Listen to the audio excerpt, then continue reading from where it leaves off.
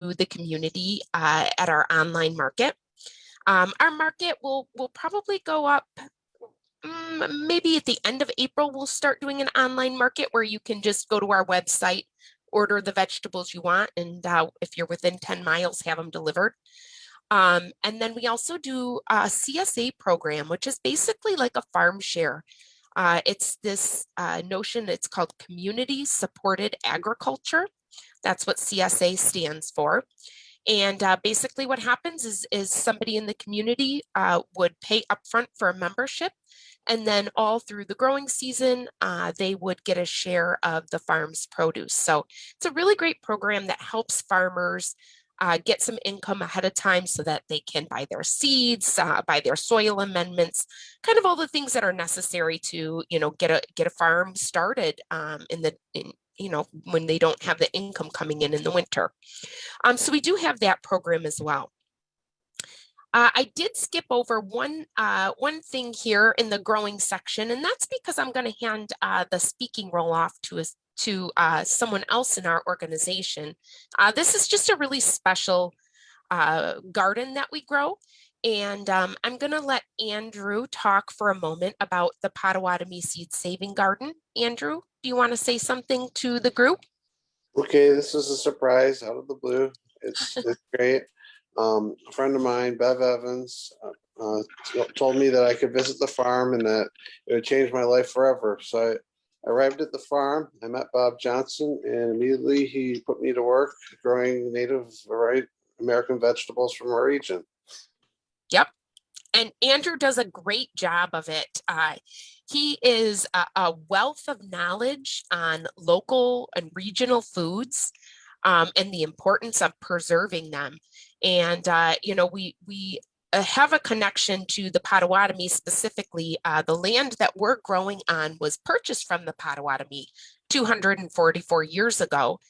And so, kind of in honor and reciprocity and all these great things, we have established a seed saving garden so that the crops that Andrew is overseeing and growing through this project, those seeds are then saved and shared with other Potawatomi folks who are interested in preserving those seeds. And it's just really important work. We were on a call with some folks, and they let us know that there are some seeds that they only have like 4 or 5 of, so they just have to be really careful to preserve those seeds, and we feel great about being part of that work. So it's another great educational program that operates at the farm. So well put, Danielle.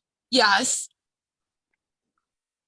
And then additionally, giving, as mentioned in the video, we do donate a lot of our produce to different programs that address food insecurities. Last year, we donated a total of 3,900 pounds. And those went out to about 9 different local organizations, whether they're food pantries or Meals on Wheels programs. So that food does get out to people who need it.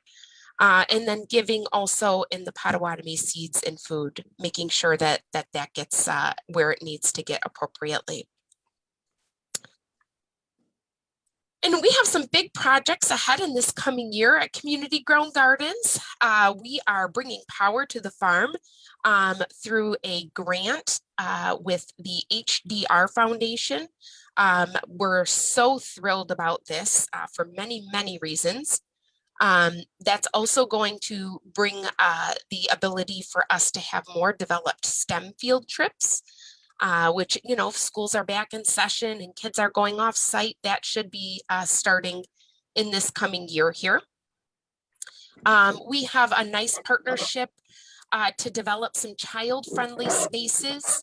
The Groseal Garden Club has taken on a project with our group to help us build a sensory garden. We already have some great learning things at the farm, but really looking for building out some spaces for children to explore because that's just so important to childhood growth and development. And then in the year ahead here, as we develop out these programs and continue to operate what we do have, we're always looking for new volunteers. So I'll never show up to a presentation without a call to action in recruiting new volunteers for us. So that, folks, is the basics of what we do at Community Grown Gardens. And we would be more than happy, you'll see later on in the slideshow here, I do have a slide that offers a date for tours if you're interested in coming for a tour. So we'll get to that a little bit later. Miss Danielle, we had one question for you. Sure. In the chat. It says, how did you get the community to agree to building multiple high tunnels, such as working with zoning, etc.? Okay, well, interestingly, a high tunnel is not a permanent structure. It's not considered a permanent structure, so it does not need any kind of a permit in Grosse Ile. Now, I do believe every township and or city has their own ordinances regarding that. But then additionally, what we did with the first high tunnel that we put up is a commercial one that all the pieces to it came brand new. The other three are refurbished structures that were existing on the farm that we rent land from. So those have been there, I don't want to say maybe like 50, 100 years. They've been there a very long time. So we were actually basically putting plastic and some other components on something that was already there for 3 of our 4 houses. But yeah, I would check with your township and see what their regulations are regarding that, because here in Grosse Ile, you don't need a permit for it. Hope that answered your question. All right, so now to get to the reason you folks have all joined us this morning, and that is how to start a garden. And we have that presentation broken down into basically 4 steps. We're going to look at how to choose a good location, how to get your bed ready for planting, how to plant your garden, and how to maintain it. And then again, leave some time for questions and answers. I'm going to take a second. I think another question came through in the chat. And oh, yes, thank you. Good, you're welcome. Glad it answered your question. All right, so there's some things that you really need to consider when you're choosing your location. You want to make sure that you get the proper amount of sun. Most plants like full sun, and full sun is considered 6 to 8 hours a day minimum. We want to think about proximity to your home. You know, it's nice to be able to look right out your window and see if that squirrel, that pesky squirrel is in your garden, so you can go chase it off. So those are something to consider. Just think about how close you're putting it to your house and the convenience of going out and getting what you need from your garden. Also, when you're thinking about proximity, think about your water access.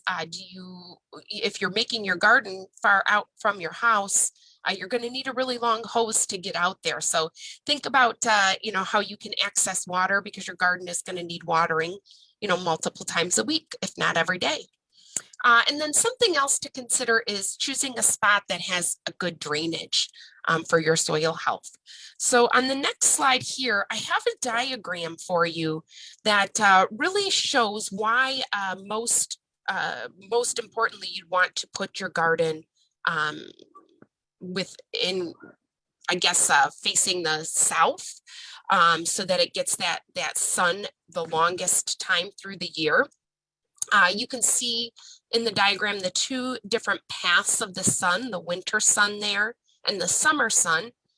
In the summer, the sun is so much higher in the sky.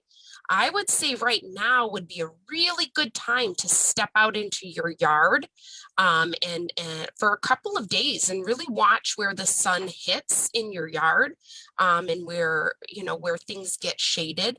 And you're going to probably have a better sun in the middle of the summer than you do right now. So I would look right now and start to get a good idea of where a good sunny spot in your yard is.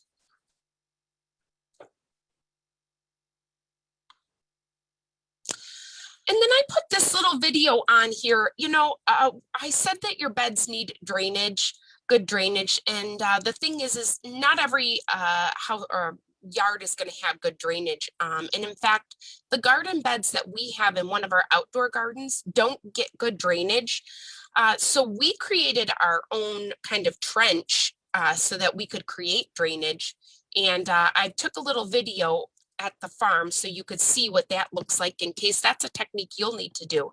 I do apologize. The sound is not fantastic. My 13-year-old daughter volunteered to come and take the video with me on this day. So I apologize for, some of the sound quality.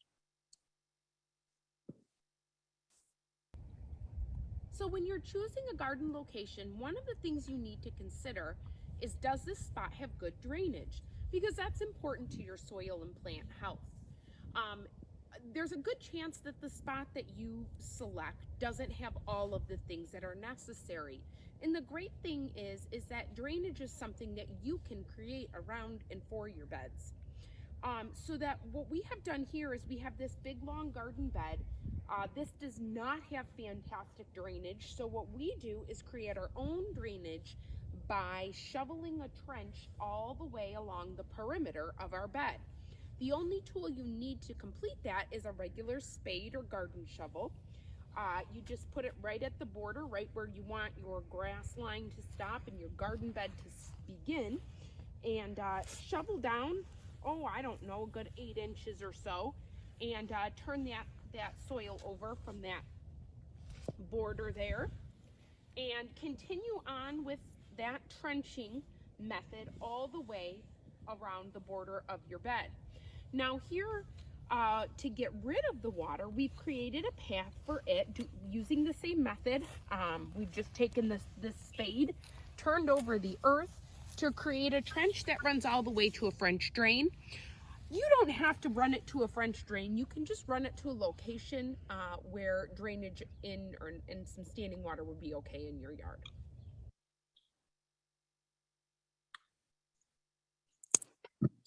So again, you can create that drainage, and you don't even have to create a runoff if you don't have that much water that goes in there. That trench can just hold and collect the water. But if it does become, overfilled and you want to create that extra path to get the water out, you can do that.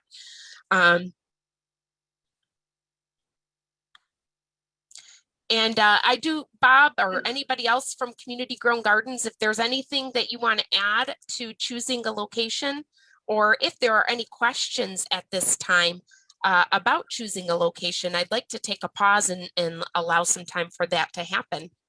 There's one question in the chat that is, how many acres do you have to expand and use over at Community Gardens?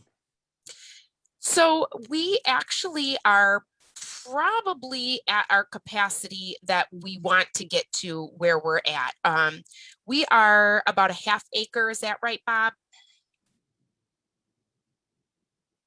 You're on mute. He might not be able to get the sound where he's at. I'm not sure. How's that? Good. Yes, we're going to be probably, when we're done, approaching an acre, and we want to make sure that we're doing a good job and get full production out of that acre before we considered anything else. The only other comment that I would add, there are some very good videos on what we call broad forking. And I don't know if Danielle's going to get into that a little bit later on, but the broad forking techniques have worked well for us. Okay, I did not do that, Bob, but when I send this out, I will add a video in on broad forking, because it is, I didn't include broad forking only because people on this call probably won't have access to a broad fork, but it is a really, really great tool for your garden. So thank you for that. And if they do not have a broad fork, there are some alternatives to that with a cheaper tool. Very good. And I heard another person who said they have a question. Go ahead. Yeah, there's Lydia Kret is also on the chat asking if you have any information about drainage for raised beds. You know, we don't grow in raised beds. I do.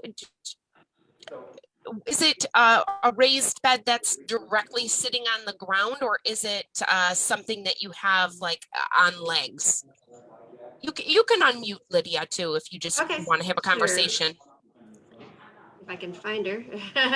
There's Miss Lydia. Okay. All right. Can you hear me? Yes. Yep. Very good. It's on legs. It is. Do you have any holes, small holes drilled in the bottom of the bed? Well, we did try to separate the boards a little bit when we put it together, but I was just talking to my husband who's also listening, and he said he thought maybe we needed to do the holes like you mentioned, drill the holes in it, because last year was our first year with it and it didn't do real well, and we're thinking it was the drainage. Bob, what do you think about that? I'm usually in a raised bed like that, drainage is not usually a major problem.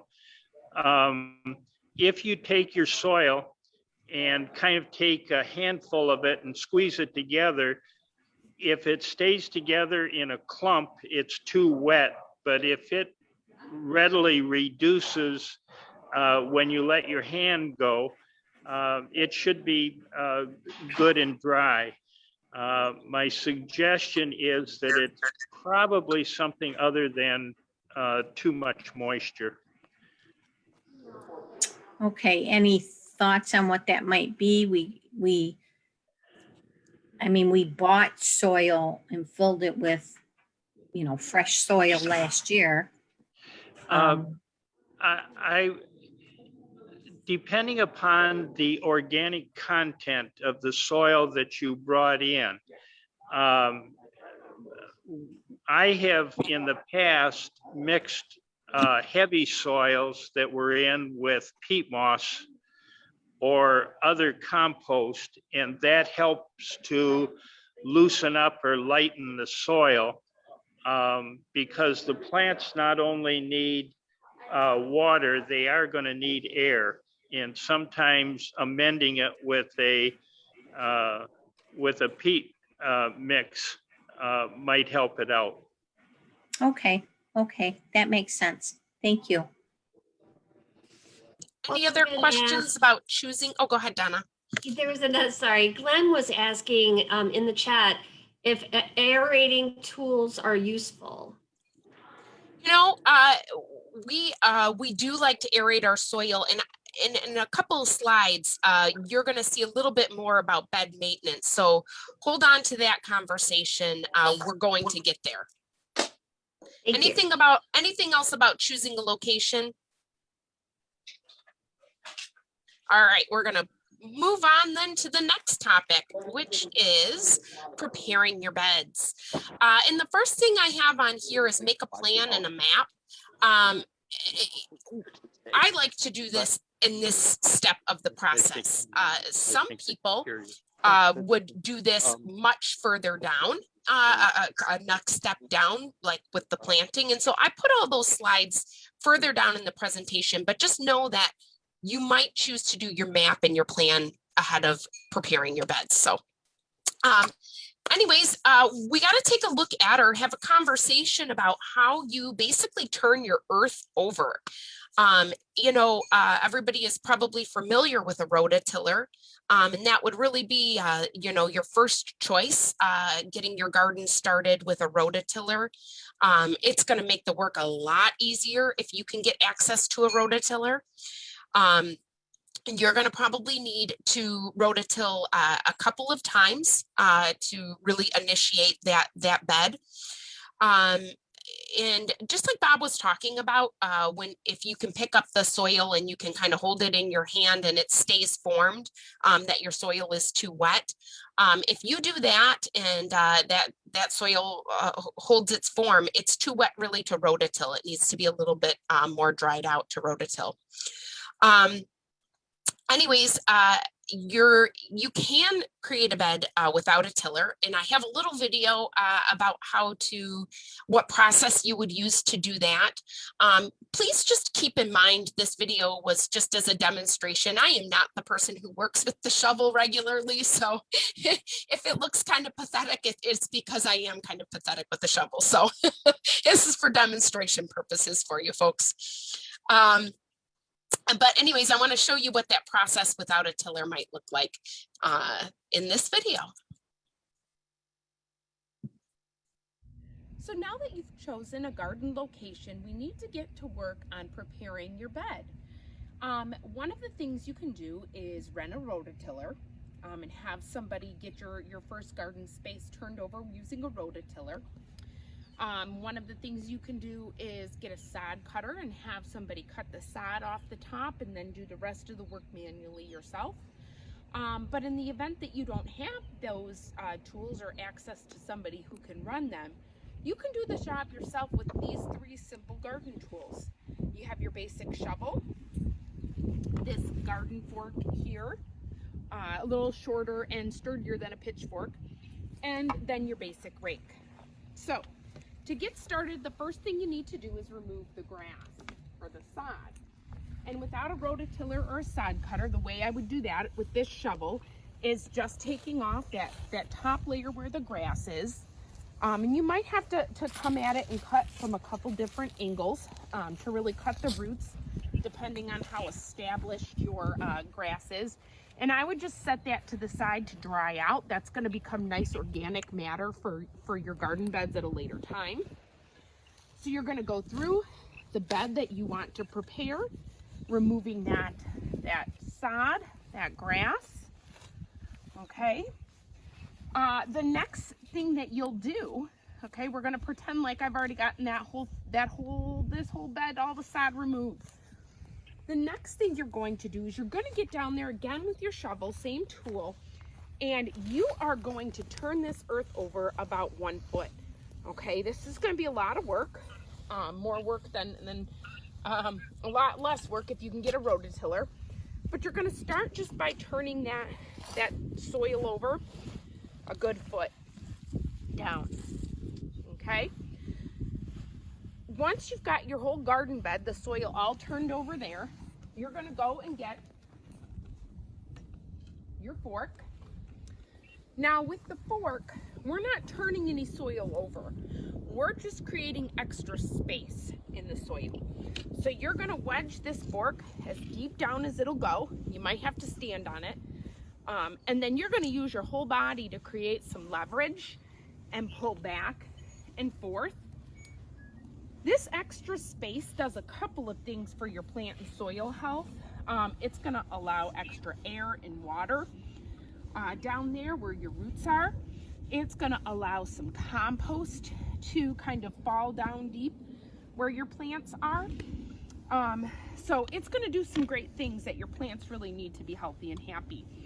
And you're going to do that. I would say you're going to stick this fork down and move back and forth about every 6 inches, about every 4 to 6 inches. You should drive the fork in, move it back and forth, and work that soil. And I would go both directions. I would go this way for horizontally, and then I would go back and do it again vertically. Okay, that's really going to give you the best aerated soil. The next thing you're going to want to do is you're going to be putting in compost, right? You're going to layer in about 1 inch of compost onto your garden bed, and you're going to chop up any big chunks that are there. After you get it chopped up nice, that's when you would put the compost on. Sorry that I said that in the wrong order. The last thing you're going to do is rake it nice and smooth. it'll look a little bit finer like this bed. And that's where your rake comes in. And that just makes it easier to plant in.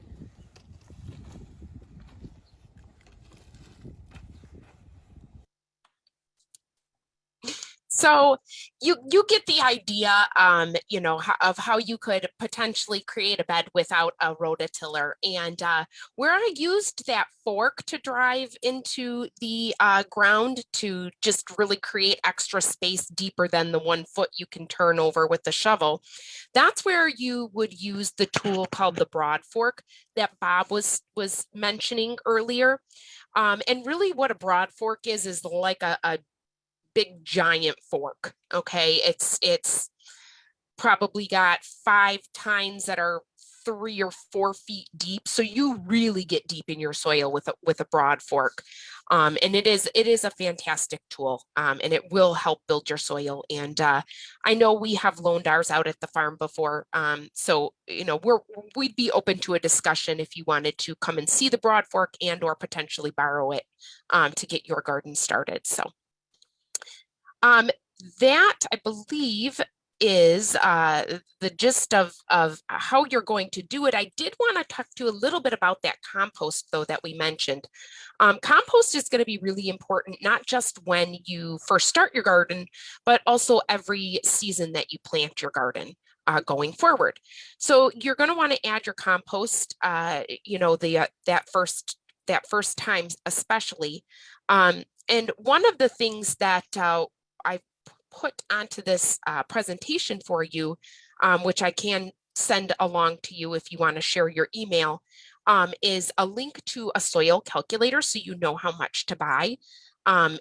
It's a very, you know, you just kind of put in the area of your garden space and how deep you want the compost, and then it tells you how many cubic feet you need, and then that translates into how many bags you can buy. By the way, I have no allegiance to Lowe's. It just was where I found a soil calculator quickest, and I thought that might be helpful to you in your planning. So, so let's say I have a garden bed that's 10 foot by 8 foot, 80 square feet, and I want to get some soil for it. And how deep do you want the soil? I would say your very first time, you may want to put 2 inches down. And then after that 1 inch, a garden bed or a garden season should be appropriate. So I'm going to say 2 inches, calculate, and right here, it tells me I need 13.33 cubic feet, and that translates to 18 bags of their compost. So I just found that really handy for planning. Now, if you're like us, you need way more compost than you would want to get through a bunch of bags at Lowe's. I do want to mention that the city of Taylor has a very nice compost station. It's called the Transfer Station and Taylor Hills Compost Site. The phone number is on here. It is, I do want to mention that it is run by the city, and these are like guys who are out working and you know, all that kind of stuff. So it's not always the easiest to catch them by phone. But once you go once or twice, you kind of learn the routine and it's no big deal. I do believe that they give compost free to anybody who's in Taylor. So you could basically show up with your 5-gallon buckets, empty 5-gallon buckets, and scoop up compost for free to use. And I'm not sure, I think they may even give it for free, and if not free, very cheaply to people who bring their own buckets and load their own outside of Taylor as well.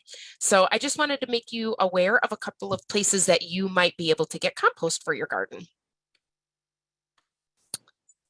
And I'll pause here before we get into the next topic here about how to build your garden.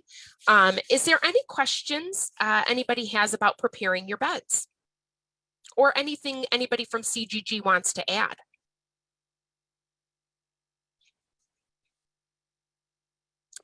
Okay, we'll have time at the end for more questions if something comes up. Oh, there's one here.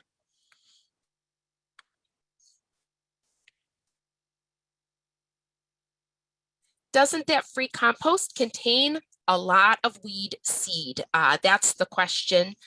I used to Well, I go used it ahead. as a top dressing before because it's so weed free. The way they prepare it is such a way that the microbes in it are brought up to a high temperature, and that kills the weed seeds and prepares the soil for your garden. Thank you, Andrew. So it really is good compost. We've been using it for years. So yeah. Any other questions on preparing your beds?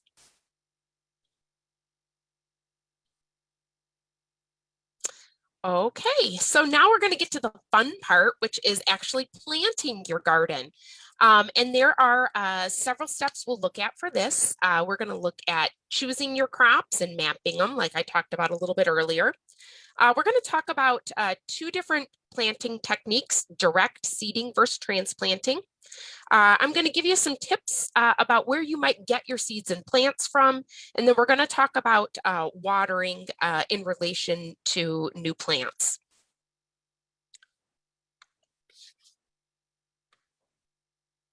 So the first thing you really are going to need to think through is what crops do you want to grow?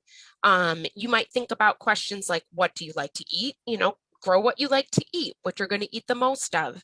You're going to want to consider things that do well in your area. You're not going to want to grow an artichoke because you're not going to have very good success. So figuring out what grows well in your area is important.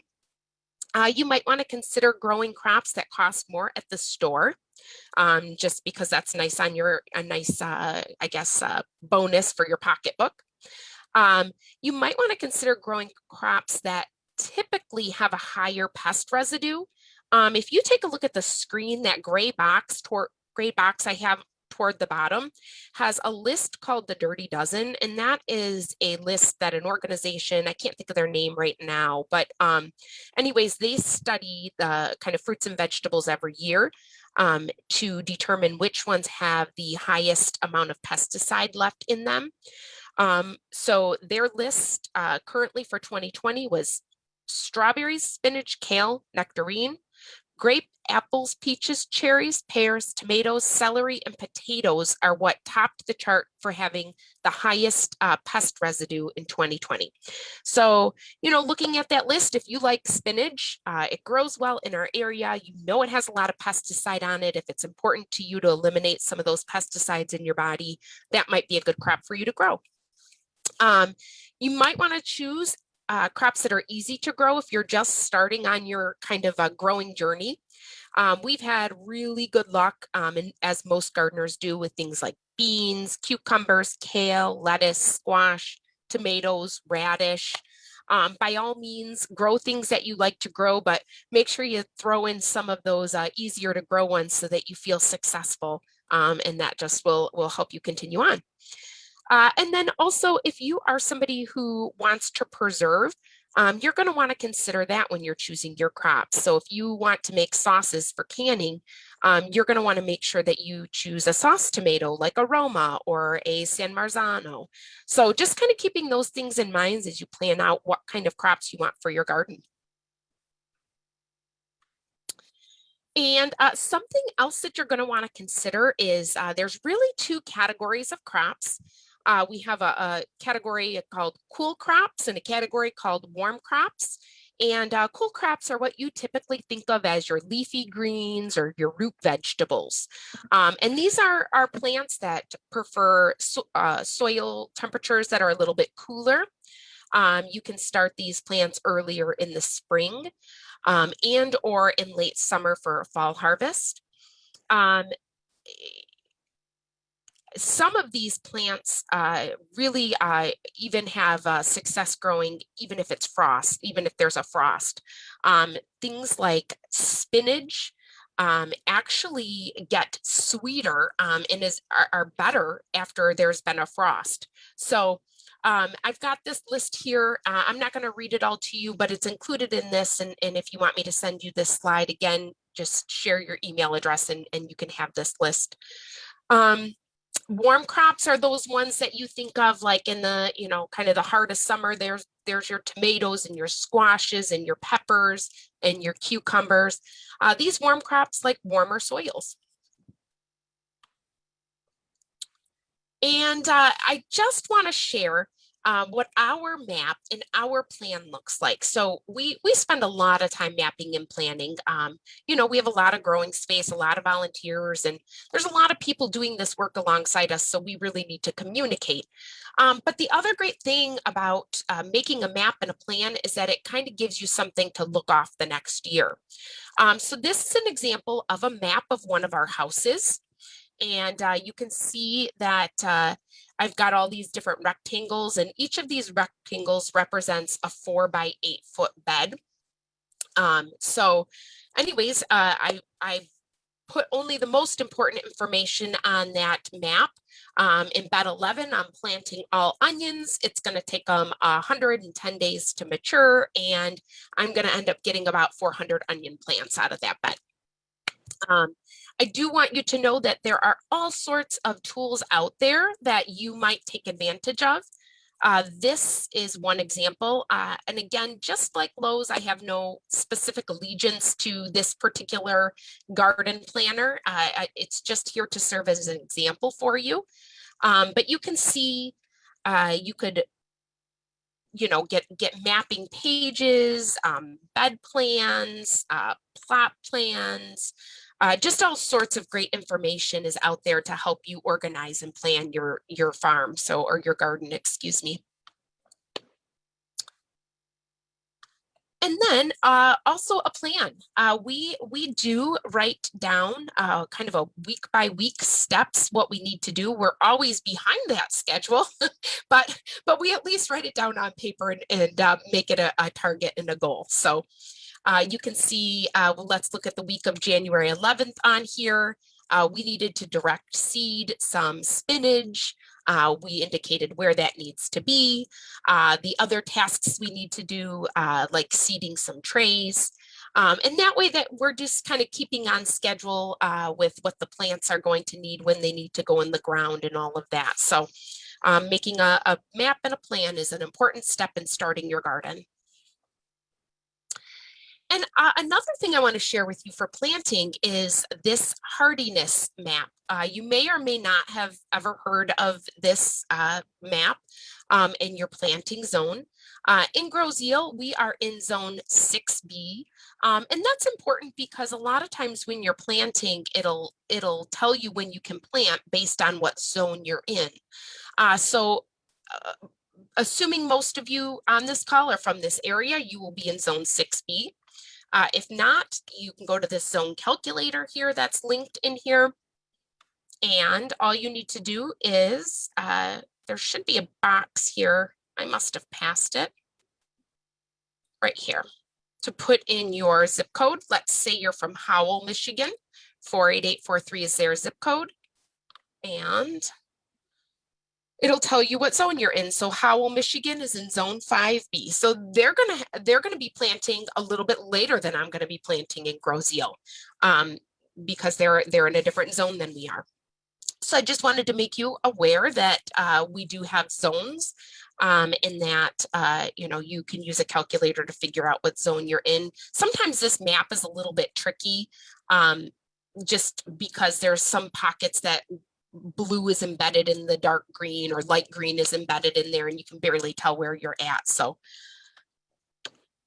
importantly, you're going to want to find out where you can get your seeds and your plants from. And of course, all of your big box stores, your Meijer, your Walmart, your Home Depot, you can find both seeds and plants there. That would not be my first recommendation though. For seeds, I would recommend that you either go online or place a phone call to a couple of these organizations that I have listed under seed purchases. We have Johnny's Select Seeds. That's where we buy our seeds from. Baker Creek Heirloom Seeds is another favorite. and Gurney Seed and Nursery. And one of the reasons I suggest doing that is because then you get on their mailing list and you get their magazines. And it is just such a joy to get a seed magazine in, January and sit down and start looking at what you want for your garden in the coming year. So I really enjoy seed magazines, and I encourage you to sign up and get a few sent to your house. You'll learn a lot just by browsing through the catalogs. And then for your plants, I really recommend that you shop at your local nurseries. Most importantly, because those are the people who are really going to understand growing plants, and you're going to start building a relationship with them if you start shopping there. And in that way, you can get some good suggestions when you need them. Some of the different nurseries that we use at Community Grown Gardens are J&S Nursery in Rockwood. It's down on Stricter Road. You will feel like you're driving into no man's land, but trust me, the nursery really does exist somewhere down that road. They're very reasonably priced and have been in their business for a very long time, so they're very experienced. I always put a plug in for Westcroft Gardens and Farm because they're just a great partner of ours, and they do start some plants. They won't have the same selection that J&S or Rulig would have, but nevertheless, if you're a grow zeal person, you might want to stop up and get your tomato plants from them. And then Rulig over in Brownstown also is very reasonably priced and has a nice selection of vegetables at the start of the season, which that brings me to a point I really want to bring up on this call is you're going to want to shop soon for your seeds. And really, you could get planting, mid-May, I would say you would start planting most of your things. You're going to want to get to the stores to get your plants right about when you can plant them. It was really hard to get supplies last year because there were so many gardeners. So I just want to give you that heads up. And, one of the things you need to know how to do if you're going to plant from seed is you need to know that a seed packet has just about every bit of information you need to be able to successfully plant a seed. I've got this short video here where we find out how important reading seed packets is.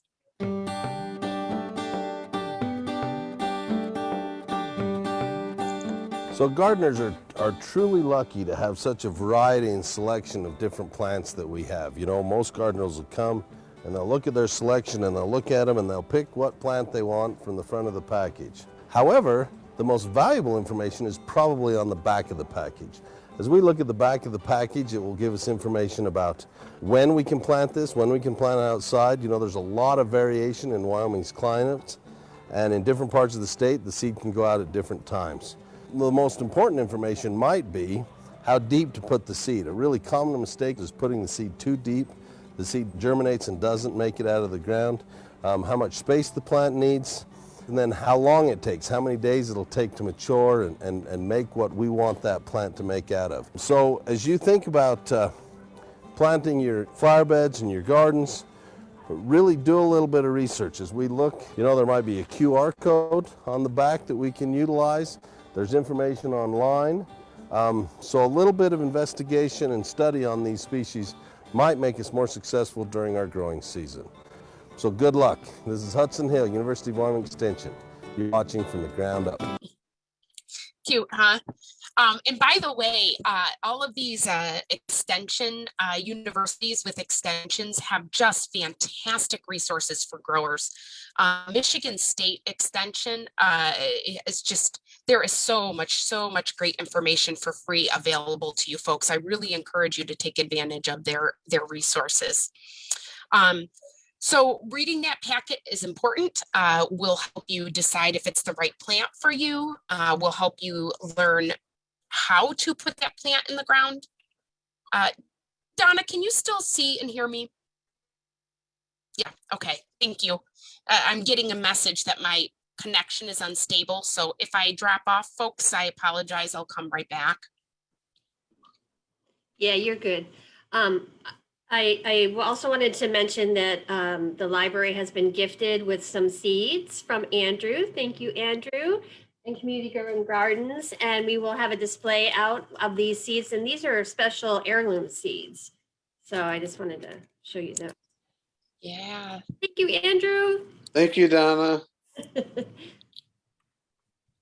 that's great. We do have, I have a little video on the difference between direct seeding and transplanting. So on your seed packet, you're going to find that, it's going to tell you the best way to grow your plant, whether it is putting the seed right in the ground or whether it is putting a partially grown plant in the ground. So here is. I have a couple of questions right before Sure. we start, if you don't mind. Let's do it. Yeah. I'm sorry. They have someone. Stephanie told us the name of the group that you were looking for. Environmental Working Group Yes. is the name of that group. And then Barry asked, any crops deers and rabbits will not eat? Oh, no. Ground cherries. Remember ground cherries? That's right, They Andrew. ate our strawberries out of the ground. They ate our sunflowers, but they left the ground cherries alone. Those are actually really good. I tasted them for the first time when I was part of the, what did you guys call that? The CCS or the CSA. CSA, yeah. When you were delivering fresh vegetables to my door, I loved that. Those ground cherries are fabulous. They are. Asked tomatoes. I saved tomato seeds from my favorite tomatoes from the previous year. Should I start those in my house or in the ground? I would recommend in your house because you can get a jump start on them. You could, maybe this is a good place for Bob or Andrew to jump in, but I put my plants up on cheap plastic shelves up underneath as close as I can get to the fluorescent lights, and then you can also put heat mats underneath. If you have heat mats, yeah. Yeah, so I think the answer is you want to start them in your house. And on what you might do is read about the variety, whatever your favorite tomato is, read about the variety and how long they suggest starting them before transplanting them outside. My guess is it's going to be 6 weeks before you can put them outside. So if you're going to put your tomatoes out mid-May, you're going to want to get them started in the next week or so here in your house in some little cells.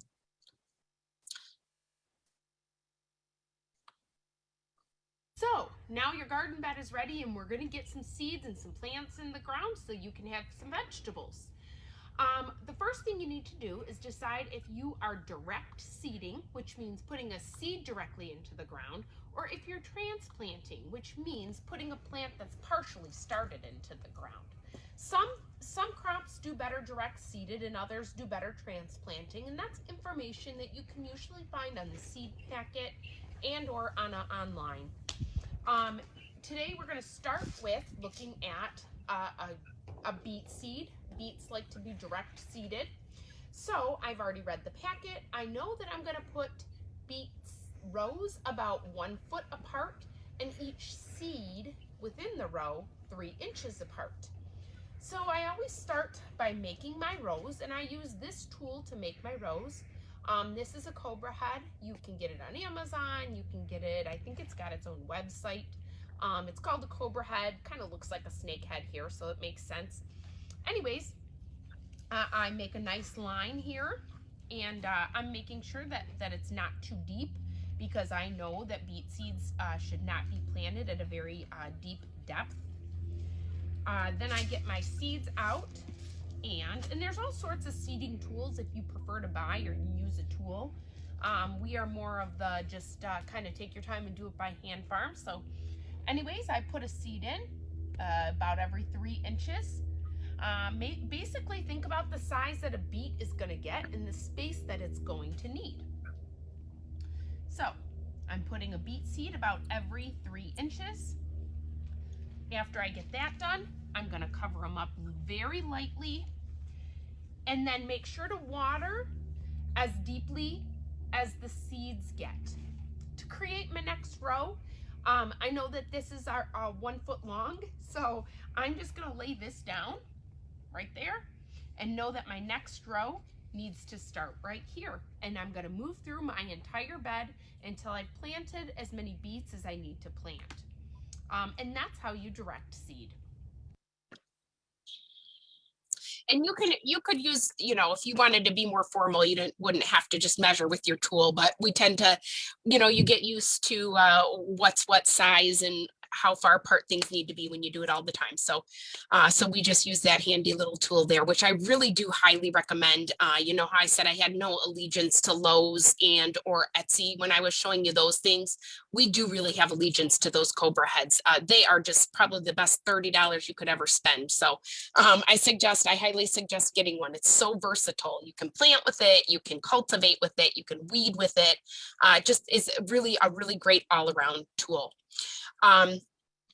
The next video is just shows you putting a plant in the ground, and we're going to skip it for the sake of saving time. It'll be in here, but folks, it's really the same thing. You know, you need to just dig into the dirt, make sure you know how far apart to put each plant in the ground, and make sure you give it a water afterwards. And the one thing I want to point out that I did not include in the video is you definitely want to mark your rows when you plant seed.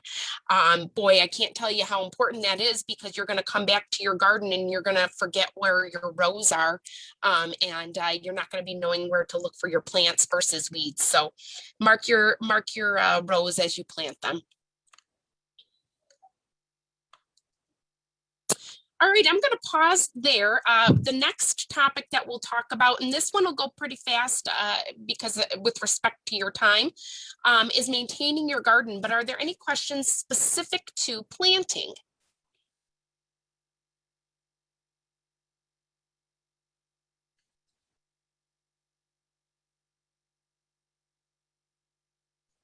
Okay, well, once you have all your plants in the ground, you need to take care of them. You need to maintain them. And probably the most important thing to that is giving your plants the appropriate amount of water. We talked already on this first bullet about when the soil needs it, right? You can pick up that soil, you can clump it in your hands, and you can tell if it's all sticking together and keeping shape. Boy, that soil doesn't need any more water. The other thing we do is we just run our finger down in the soil. You know, sometimes it looks dry on the top layer of the soil, but it really isn't dry where the roots are, and so you don't need to water. You want to water early in the day. At the farm, we have a rule that we do not water after 2 o'clock. Well, we try. I don't know if it's a hard, fast rule, but we shoot for that anyways. And you really want that water to go deeply. You know, a really great time to water, which you might not think about, is right after it rains. So if you get a couple inches of rain, you know, your garden the water has penetrated a couple inches down, and you go out there and just finish off the job. You saved yourself some time, and you've provided your plants with a really good deep watering. They say it's healthier to water deeply, less often. It's better for your overall plant health. And that holds true for everything except new plants. When you have newly transplanted plants and or seeds in the ground, they need to be watered lightly at least once a day. And you really just want to think about where the roots and or the seed is, and that the water needs to get to that depth. So you won't need to get 5 to 6 inches deep water for those new plants, but definitely for your established plants. And then you want to try to avoid getting water on the leaves, especially if you have a lot of direct sunlight, because it's not healthy for the plant. Linked on here, but I'm going to skip it, is a watering chart from the Farmer's Almanac. So folks, if you're interested in finding out more details about watering, such as like how many gallons specific plants may need, go ahead and take a look at that chart.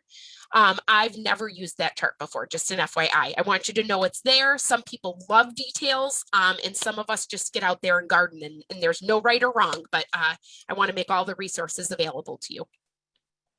I'm going to pause and take this question or comment in the chat here. Fertilizer. Fertilizer, we like to only use compost. And we would add 1 inch of compost to each bed each time we're planting it. So for us, because we grow 3 garden seasons a year, we would ideally put an inch of compost on each bed 3 times a year. Now, there have been some times where we haven't gotten compost in, and when that happens, we have had to purchase some organic fertilizer. We prefer granular fertilizer, and we just shake it around the plant at the time that it tells you to do it, like as the plant is establishing, and at the frequency that we're asked to do it. So it might say sprinkle a half cup every 2 weeks as plant is establishing. So we have had to use fertilizer. We prefer granular. There are organic types. There are non-organic types. Last year we used organic fertilizer called Dr. Earth. Little bit stinky, but effective and organic. So hope that answers the fertilizer question.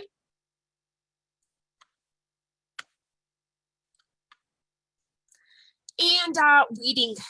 Folks, it's just so important to get in there and weed. Most importantly, because the weeds are going to be competing with your food for sun, water, and space.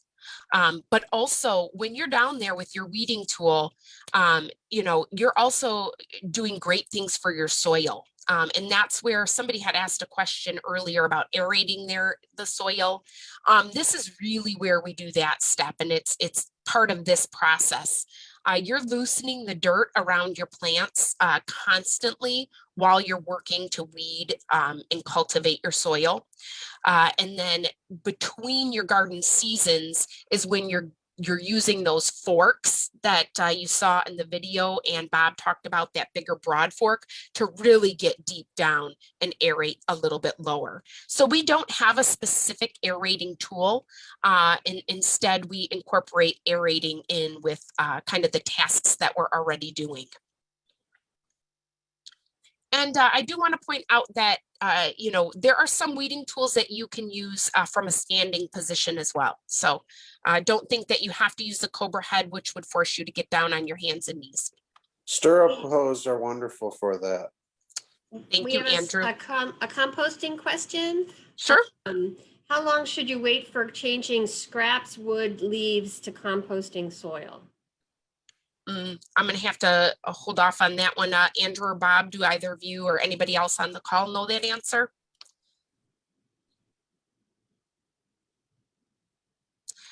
I will say this, composting is an extremely complex process that requires a high level of heat. I think probably as you're learning kind of how long it takes for you to cycle through compost, you may want to invest in a thermometer. And I see Wayshower has raised her hand, maybe has some input on that. Please unmute and help out or comment. Hi. Yes, definitely. I got the privilege to learn how to compost from a compost master out here in Colorado, and I actually started my own compost last year, and I already have compost that I started in like beginning of January that's like topped off that I need to like put in my garden. So it's really simple. And the secret ingredient is water. Okay. So it's, you just kind of like eyeball it. You get your greens, which would be, if you put weeds in it, you definitely want to make sure that it gets hot enough, like over 102 degrees. And you just build it up to about like 3 feet. And when you water it, you want to water it every day, either in the morning or in the evening. And you want to touch the soil and wring it out kind of like a wet rag. So that's going to give all the little microorganisms like food and nutrients for them to start like multiplying and biodegrading that green material that you put in. It could also be like when you're harvesting later on in the season, or if you're just like pulling up stuff from last year, those are good browns to put in. Leaves are really good browns. And then you just want to like chop it up and turn it every day. So you turn it, you add water, and then you just let the sun cook it. And you could also help increase those temperatures by putting like a black tarp over it, because then that'll help the heat raise and start like seeing the things actually like breaking down, which is pretty cool. It's fun. Excellent. I'm so glad we had a compost expert on the call. Thank you for helping. All right, I'm going to check the chat here because I do see, make sure we got them. Yep. The city of Taylor has free compost for all. You have to do all the work for transport. So very good. That was, thank you, Josephine. That was a part of our slide earlier, and I wasn't sure if the compost was free to all, but Josephine has let us know that as long as you do all the transporting and you bring your own containers, you can get free compost from that Taylor transfer station, which like we said, it's good compost. So I urge you to take advantage of that. I want to make you aware that there are plants that need supports, and the sooner you get the supports in the ground and start using them to train your plants, the better off you will be. I'm not going to read through the list. I'm just, this is going to be here. I'll be able to send it out to you, but there's all different kinds of supports. And there's all different kinds of plants that need support to be able to grow best. I know sometimes when our gardens get away from us, and we don't get those supports in time, we just don't get as great a fruit. We're not getting the right sunlight on the plants. They're rotting on the ground. We can't see the fruit, so we don't harvest it. And if you don't harvest as often, your plant doesn't produce as much fruit, so our production decreases. So I just really encourage you to research and use the proper supports for your plants. You'll just have a more fruitful garden. And another really important component to maintaining your garden is pruning. Some plants need regular pruning, and pruning does all sorts of things. It creates airflow. It allows light to get in so that your plant, your fruit can ripen. It allows energy to go to fruit production rather than leaves. It allows you to easily identify your ripe fruit. We've had tomato jungles in the past when we haven't gotten to enough pruning, and there's all sorts of ripe tomatoes hidden way deep in our kind of tomato jungles, and we miss them. So makes it easier to see the ripe fruit. It saves space in your garden, and it also prevents diseases. Linked below here are 3 different videos on pruning. I encourage you to go ahead and watch at a different time. It'll talk to you specifically about how to go through tomato plants and look for something called the suckers. It will talk to you about what to look for when you're pruning your cucumbers, and also squash do better if they are pruned regularly. So great information out there on YouTube. What a resource. Let's see here. From Way Shower to everyone, some other tricks to add nutrients to soil is eggshells and used coffee greens. I've heard that before. Thank you. If you have chickens or a neighbor that has backyard chickens, their poo is gold, and the hay pine bedding adds good carbon elements. There is a whole world of soil kind of nutrient building that I am unfamiliar with, as we just use compost. It's hard when you have a real big property to manage. So we kind of stick with something that's a little easier to access, which is that regular compost. But we certainly appreciate your input on what you might do at a home garden. Thank you.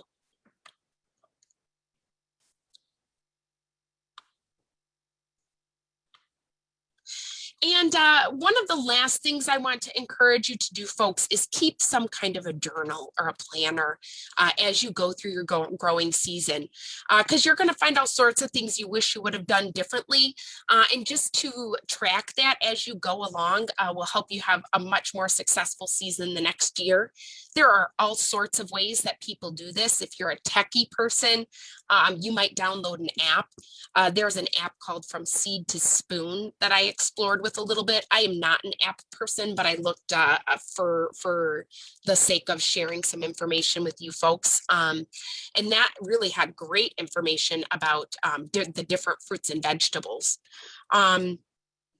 Again, Etsy has all those digital downloads if you want something formal. Or, you know, really, it doesn't have to be fancy. We, for many years, just kept a notebook like pictured here. We would tape our seed packets in and we would write notes on the side. You know, we log the amount of time we worked and those kinds of things. So, you know, it doesn't have to be fancy to be effective and help you be a little bit better each year. So I encourage you to keep track of your progress as you go through your garden season. And some final words of advice is really, there is so much to gardening. And it's just a whole rabbit hole you can go down. But I really just want to be just encouraging to you. Don't be afraid to start and fail. It's okay. I mean, I've been doing this for years and I just started tons and tons of seeds and a new method and they all failed. You know, you just don't be afraid to start. You'll learn as you go. And gardening is an exercise in persistence. It really is, because there is so much learning that goes with it. And also in continuous improvement, you'll get better and better every year. And in self-sufficiency, it's just one of the best feelings ever to know that you can grow and produce and share your own food. I don't know if it's just innate in me or in all of us, but it's just one of the most rewarding pastimes I think that's out there. And I really encourage you to join a group of growers, whether you're the type of person who is more comfortable like joining a Facebook group. There's all sorts of Facebook groups out there of growers, or whether you're a person who is maybe more interested in an in-person group. There are all sorts of groups out there, gardening groups, and trust me, everybody wants a partner in crime when they're growing. So of course, this is where I make my pitch for you to come join our group of growers and learn alongside us. So this is our volunteer schedule for the year. Like we mentioned earlier, we have all sorts of different programs that we run, and in exchange for time and help, I can pretty much guarantee that you're going to learn all sorts of great things that you didn't know. And then as I talked about earlier as well, April 24th, we are going to be on site to give tours and or answer any other questions that you may have. We'll have a few minutes here still to answer questions, but boy, if you want to see things in action, come join us April 24th. And, you know, we're going to invite the community out, and it's all outside. It's safe. You know, I feel like it's a very safe environment for people. I wouldn't open it up if I didn't feel that way. There's lots and lots of space, and there'll be lots of plants for you to look at. So with that, I just want to open it up to anybody either who may have more questions and or anybody from Community Grown Gardens who has other input that I haven't touched on. I want to also thank you, Danielle, so much. That was amazing. I learned so much myself, and I'm actually excited to garden for the first time. Yay! That's what we want to hear. And I also just wanted to remind everyone that if they wanted some of those heirloom seeds, to stop by the library, and I do have some here, and we can also sign you up to get more if you need more. So just a reminder about that. And I'm gonna put in the chat, folks, our website, so that you can go to the website. We have a contact form on there. And if you just email me through that contact form, I will return your email with this PowerPoint slide so that you have all the direct links to the soil calculator and basically just a guide that you can work off to start your garden. I don't have newsletters or anything. I'm not gonna, you know, you're not gonna get stuck on some kind of email chain just because you email me. It'll really just be for this PowerPoint. We aren't set up to do those kinds of communications yet. So I promise if you shoot me an email, I will not abuse it. Let me just make sure I've spelled my website correctly. It's really easy. It's just communitygrowngardens.org. And one of the tabs in the, you know, the top navigation says contact. So just go to that contact form, shoot me an email that says PowerPoint, and I'll send this along to you. I really want you to have all the tools you need to be successful. So, yep. Anything else anybody wants to talk about before we send you off for your Saturdays? Hey, Danielle, can I just say something about using chicken manure in your compost? Sure, please. Make sure that you let that set for about 2 weeks before you put it in your garden, because it will burn your plant. Oh, okay. And if you're going to let your chickens in your compost pile, it probably isn't going to work because they'll eat all the greens that you're trying to compost. Thank you, Stephanie. Stephanie is definitely, she's had a lot of experience with chickens and growing and compost. So we value her input, definitely. Thank you, Stephanie. All right. Well, thank you everybody for being on today. I hope you learned a little bit. Feel free to reach out at any point to Community Grown Gardens. As I've said, we are an educational farm. That's what we're here for. And we want to make partners with you all and with our community in a wider way. So that's all from me, folks. All right. Thank you so much. Thanks, everybody. Have a great first day of spring. Yeah. Thanks, everybody.